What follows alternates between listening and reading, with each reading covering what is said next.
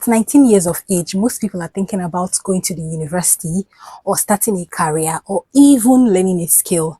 However, for Iwuchukwu Amarachi, he was thinking about football. He believed that talent could get him out of Nigeria and into a better future ahead, just like many other Nigerians. However, and unfortunately, on January 26th of 2007, he was executed in Singapore for drug trafficking at only 21 years of age. Now, you may ask, how does this teenager, who was just chasing his dreams and ambitions, end up in the death row of one of the most strictest legal systems in the world? This is not just a true crime story, but a story about ambition, risk, trust, and consequences.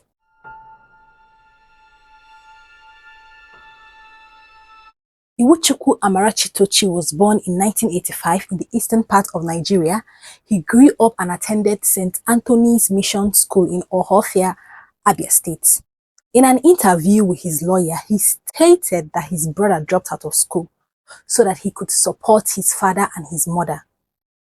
By his teenage years, he was heavily involved in football, and reports has indicated that he participated in youth competitions like many other young players in West Africa. And then he joined a football club in Senegal and subsequently played for Nigeria in the West African Coca-Cola Cup Championship when he was just 14 years of age.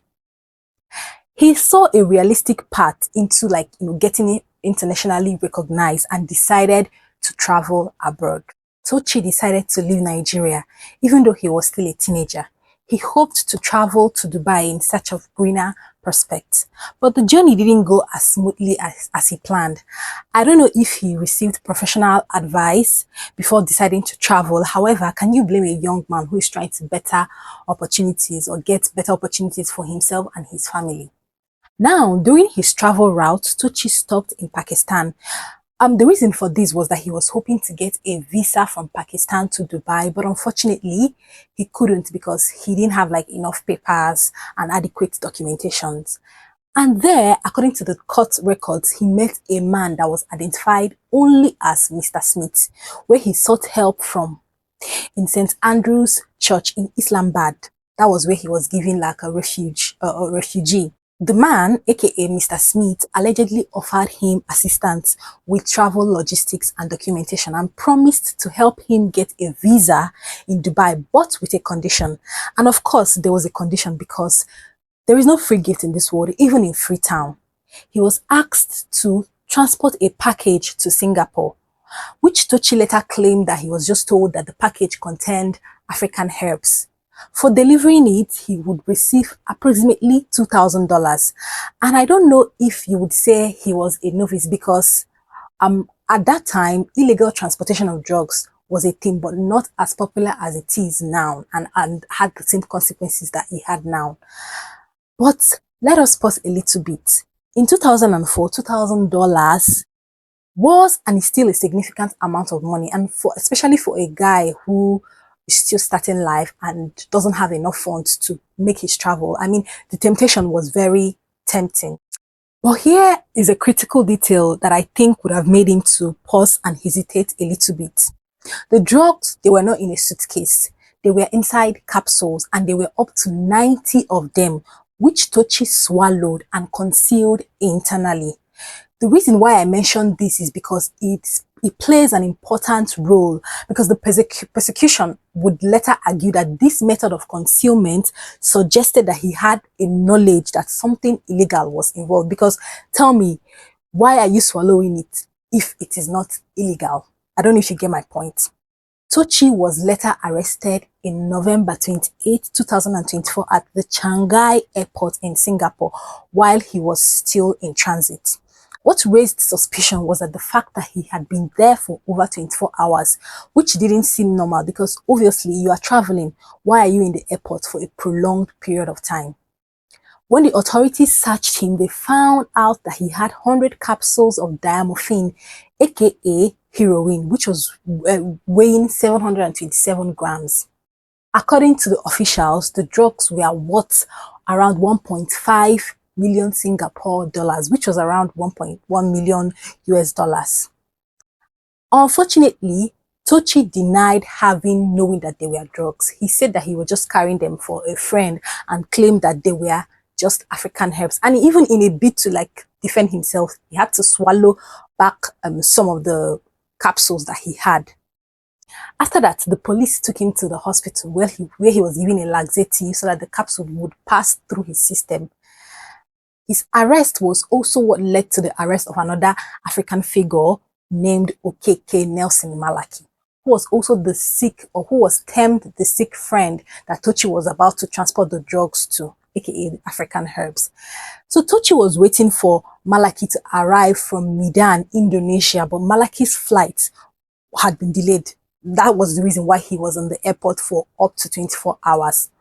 When Malaki was caught, he denied having anything to do with Tochi, claiming or stating that he was just a South African businessman who came to get fairly used cars for his business back in South Africa, which was later determined that he was even stateless or lawless, as the case may be. Now, Malaki's cell phone records and SIM card showed that he was communicating with Mr. Smith, and he saved his number as Dogo. Another of Mr. Smith's aliases, according to Tochi, the actual identity and whereabouts of this particular Mr. Smith is still unknown up until now. So it is worthy to note that in Singapore, the laws against drug trafficking are extremely strict. So if someone is found with a stash of drugs that's more than 2 grams of diamorphine, the court automatically assumes that they are trafficking it unless they can prove otherwise.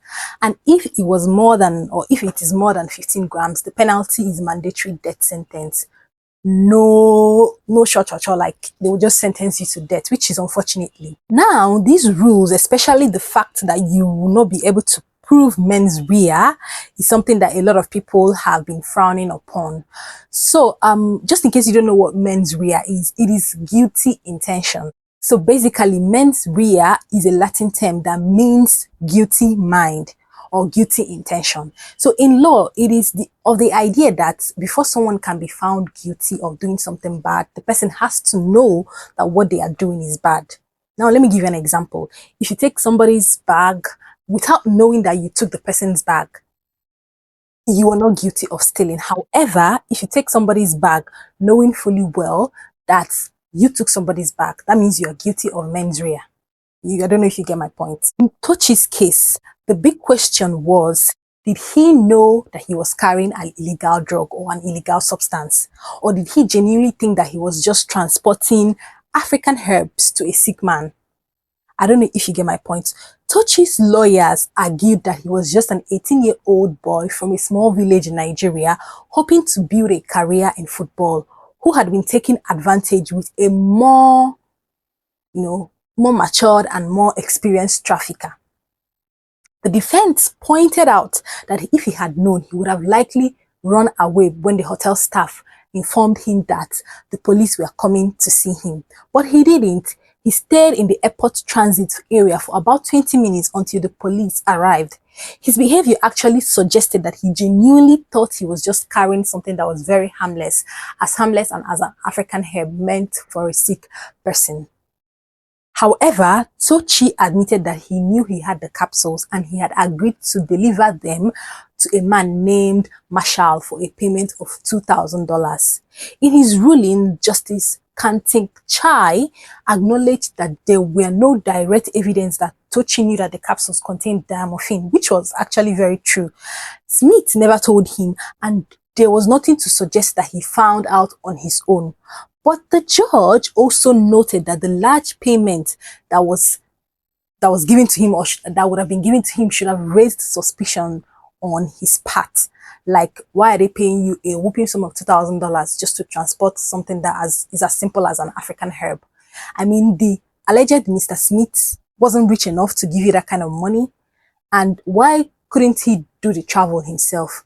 So you see, it was just a very dicey situation. Also, from the judge's perspective, it should have been a red flag. Then Khan, aka the judge, also found out that Tochi must have realized that Mr. Smith was someone willing to break the law, because, I mean, Mr. Smith had to acquire a fake visas for him to be able to travel. He insisted that Tochi would have asked for the contents of the capsules, or at least checked them before traveling and before deciding to travel with it. Instead, he turned a blind eye, and he was tempted by money.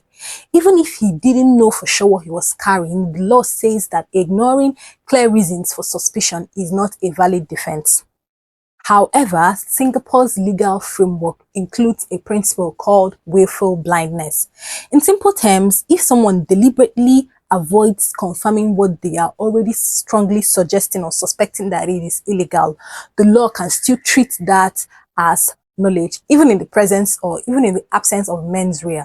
So in this case, the judge pointed out that agreeing to swallow dozens of capsules for money should have been an obvious red flag.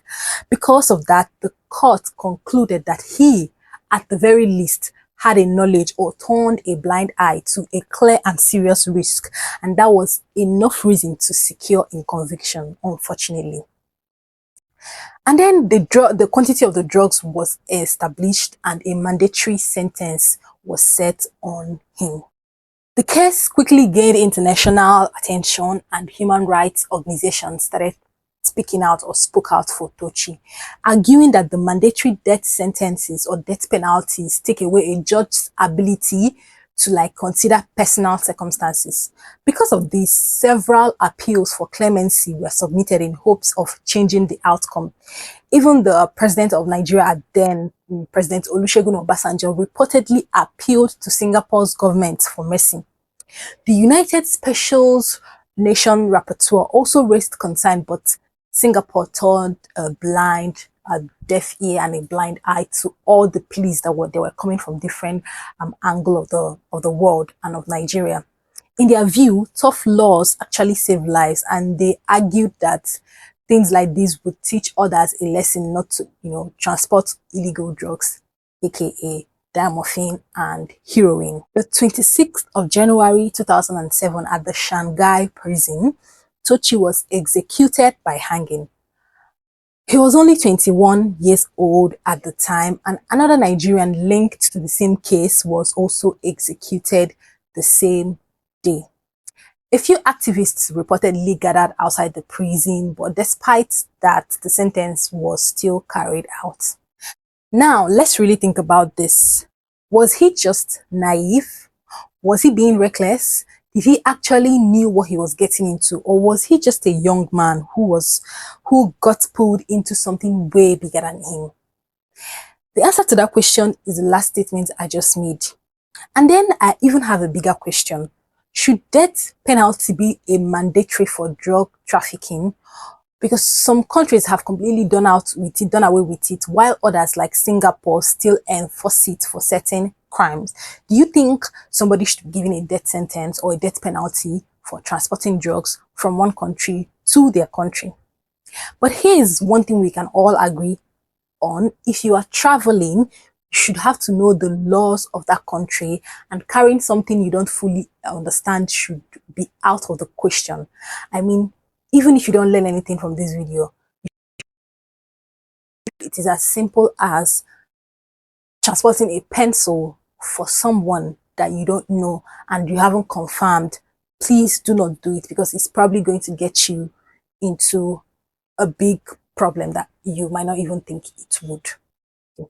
This, unfortunately, is a very sad story about Tochi Iwuchukwu Amara Tochi. He was just a victim of circumstances, if I'm being very, very honest.